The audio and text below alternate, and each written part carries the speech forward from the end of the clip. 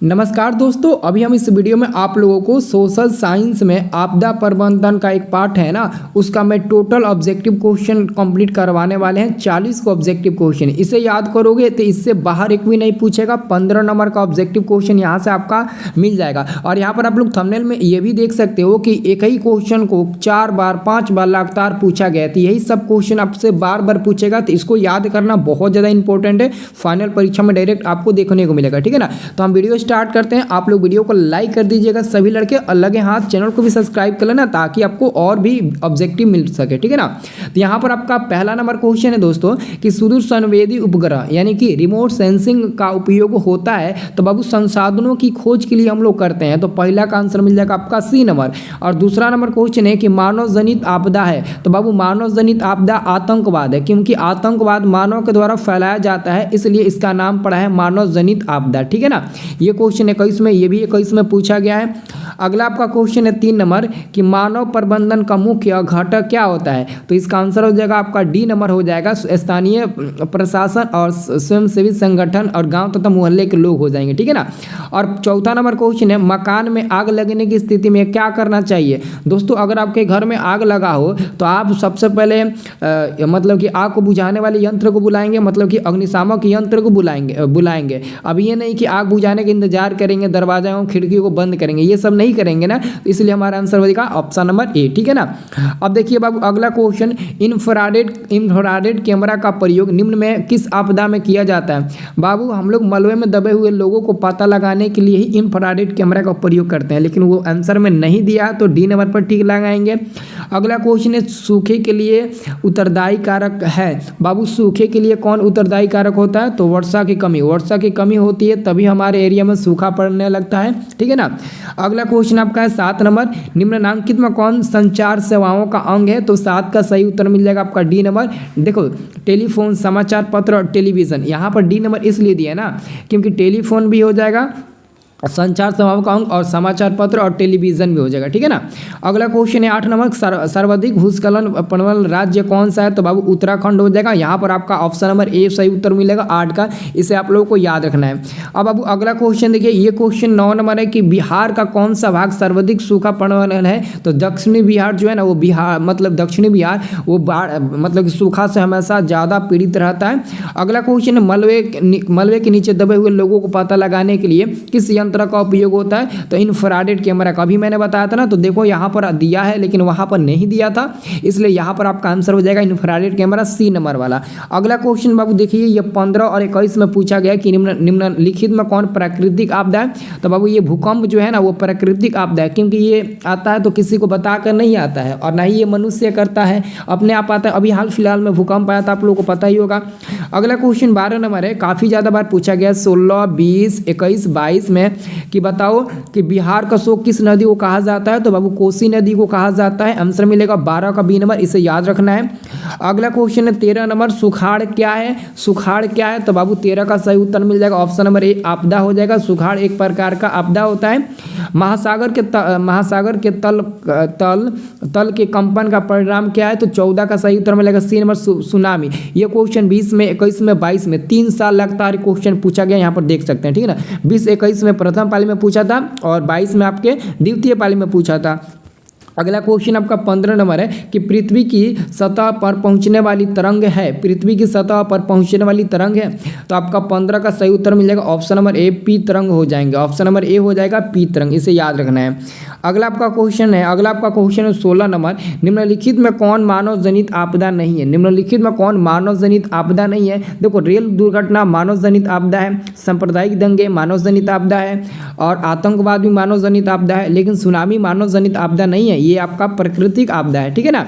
अगला क्वेश्चन है बाढ़ के समय लोगों को निम्न में किस स्थान पर जाना चाहिए। ये 14 में और यहाँ पर 16 में और 20 में पूछा गया है, तो 16, 4, 20, 4, 24 में पक्का पूछेगा, तो ऊंची भूमि वाली स्थान पर जाएंगे। अगर आपके गांव में या फिर आपके एरिया में बाढ़ आया हो तो आप कोशिश करेंगे कि हम ऊंचा स्थान पर जाए ताकि वहाँ तक पानी न पहुँच पाए। अगर पहुँचे भी तो हम ज़्यादा देर तक जिंदा रह सके, ज़्यादा देर तक वहाँ पर पानी जाने में लगे, ठीक है ना। तो इसे याद रखना है। अगला आपका क्वेश्चन है 18 नंबर कि सुनामी का प्रमुख कारण क्या है, ये 15 में, 18 में और 20 में पूछा गया है। तो समुद्र में भूकंप का आना सुनामी का प्रमुख कारण होता है। 19 नंबर क्वेश्चन है, सुनामी किस स्थान पर आता है, ये 14, 18, 19, 21 में पूछा गया है। तो सुनामी किस स्थान पर आता है, तो समुद्र में आता है। इसे भी आप लोग को याद रखना है, 19 का बी नंबर।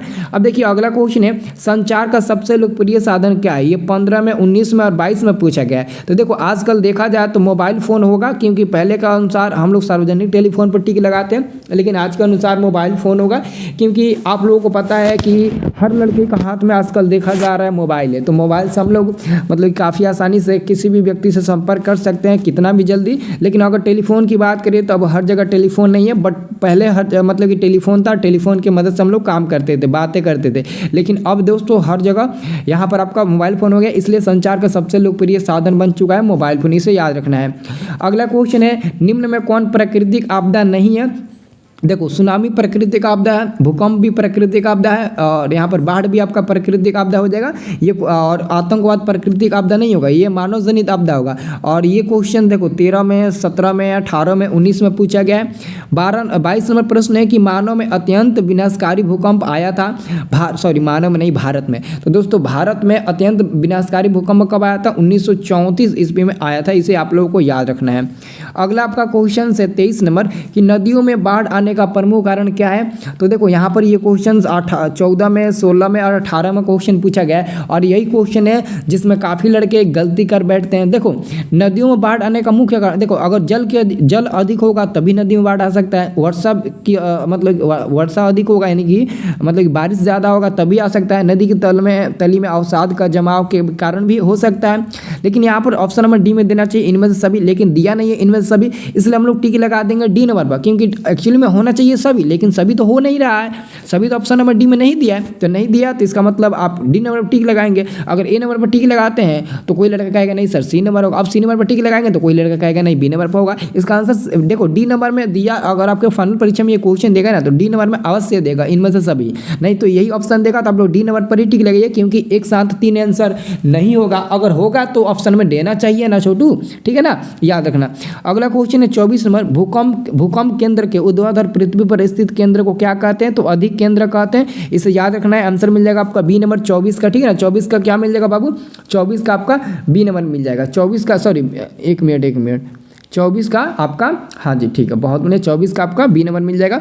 25 नंबर क्वेश्चन देखिए, भूकंप केंद्र के ऊर्ध्वाधर पृथ्वी स्थित, हाँ अधिक केंद्र। अगला क्वेश्चन आपका क्या है, अगला क्वेश्चन है भूकंप संभावित क्षेत्रों में भवनों की आकृति कैसी होनी चाहिए, तो वो आयताकार होना चाहिए, आयताकार ऐसे, आयताकार के रूप में, ऐसे आयताकार के रूप में होना चाहिए, ठीक है ना, आयताकार के रूप में, इसे याद करना है। 25 का आंसर आप लोगों का क्या मिल जाएगा, ऑप्शन नंबर डी मिल जाएगा, ठीक है ना। अगला आप लोगों का क्वेश्चन है बाढ़ क्या है, तो बाढ़ एक प्रकार का प्राकृतिक आपदा होता है, ठीक है ना। बाढ़ से सबसे अधिक हानि होती है तो फसलों को भी होती है, भवनों को भी होती है और पशुओं को भी होता है, मतलब कि इसका आंसर मिलेगा डी नंबर, उपयुक्त सभी को हानियां होती है बाढ़ से, ठीक है ना, इसे याद रखना है। अगला आपका प्रश्न है कि सूखा किस प्रकार का आपदा है, तो देखो सूखा भी आपका एक प्राकृतिक आपदा है, इसे याद रखना है। 17 के सेकंड पाल में पूछा गया था, इनमें से कौन मानव जनित आपदा है, तो बाबू आतंकवाद मानव जनित आपदा है, सांप्रदायिक दंगे, महामारी, इसका मतलब कि इसका आंसर मिलेगा डी नंबर आपका, ठीक है ना, क्या मिलेगा, डी नंबर, इसे याद रखना है। 29 का सही उत्तर मिलेगा डी नंबर, ठीक है ना। अब देखिए अगला क्वेश्चन है कि बिहार का कौन सा क्षेत्र बाढ़ग्रस्त है, तो उत्तरी बिहार ना काफी ज्यादा बाढ़ग्रस्त होता है, हमेशा हर साल होता है ना, तो 30 का आंसर आपका मिल जाएगा, ऑप्शन नंबर क्या मिल जाएगा, ऑप्शन नंबर डी मिल जाएगा, इसे याद रखना है, ठीक है ना। अगला क्वेश्चन है आपका कि 26 दिसंबर 2004 को विश्व के किस हिस्से में भयंकर सुनामी आया था, तो बंगाल की खाड़ी में काफी भयंकर सुनामी आया था, इसे भूलना नहीं है, याद रखना है, ठीक है ना। कृषि सुखाड़ होता है तो जल के अभाव के कारण कृषि सुखाड़ होता है, यानी कि किसानों के खेतों में सुखाड़ क्यों होता है, तो जल के अभाव के कारण ही होता है, इसे याद रखना है आप लोगों को, ठीक है ना। अगला क्वेश्चन है 33 नंबर कि मानव शरीर में आग लगने की स्थिति में जले हुए स्थान पर प्राथमिक उपचार क्या करेंगे, तो ठंडा पानी डालेंगे। अगर मनुष्य के शरीर पर अगर आग लगा हुआ हो और उस समय आपके पास कोई सुविधा नहीं हो तो सबसे पहले आप पानी डालने की कोशिश करेंगे, ठीक है ना, ठंडा पानी। 34 नंबर प्रश्न है कि निम्न में कौन मानव जनित आपदा नहीं है, तो देखो मानव जनित आपदा नहीं है, देखो सांप्रदायिक दंगे मानव जनित आपदा है, रेल दुर्घटना आतंकवाद भी है, लेकिन ऑप्शन नंबर डी में दिया इनमें से कोई नहीं, तो यही आपका उत्तर होगा, क्योंकि एक्चुअली में तीनों तो मानव जनित आपदा है, लेकिन कह रहा है कि कौन मानव जनित आपदा नहीं है, तो इसके हिसाब से आपका आंसर डी नंबर होगा। देखो यही सब क्वेश्चन की वजह से आप लोग गलती कर देते हो, कंफ्यूजन आप लोग एग्जाम हो जाते हो, ठीक है ना, तो इसे आप लोगों को याद रखना। तो अगला क्वेश्चन क्या है, सुखाड़ का कारण क्या होता है, जल का अभाव, मैंने बता दिया ना ये क्वेश्चन। अगला क्वेश्चन, बाढ़ का प्रमुख कारण। अब आपको बाढ़ का प्रमुख कारण बताना है। तो देखो बाढ़ का प्रमुख कारण क्या होता है, तो अब यहाँ पर आपको समझ में आएगा कि आखिर में इसका आंसर डी नंबर क्यों होगा। देखो जल की अधिकता, वर्षा की अधिकता, नदी तल पर मलबे का निक्षेपण, ठीक है ना। तो यहाँ पर इसका आंसर डी नंबर मिला है ना। वैसे ही दोस्तों उस क्वेश्चन का भी आपका आंसर में डी नंबर में इनमें से सभी देना चाहिए, लेकिन गलती से नहीं दिया था, ठीक है ना। तो यहाँ पर हमारा आंसर मिल जाएगा डी नंबर।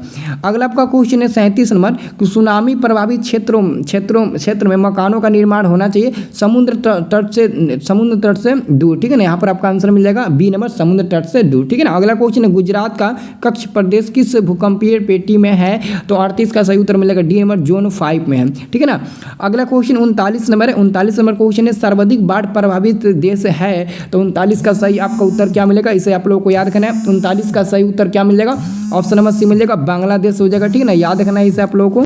39 का आंसर बांग्लादेश में होगा, सर्वाधिक बाढ़ से, हाँ, ठीक है ना। और अंतिम क्वेश्चन है, संसाधनों की खोज एवं प्रबंधन के लिए किस उपग्रह का प्रयोग किया जाता है, सुदूर संवेदी उपग्रह का प्रयोग किया जाता है। देखो क्वेश्चन को उल्टा करके यहाँ पर 2022 में ये क्वेश्चन पूछा था।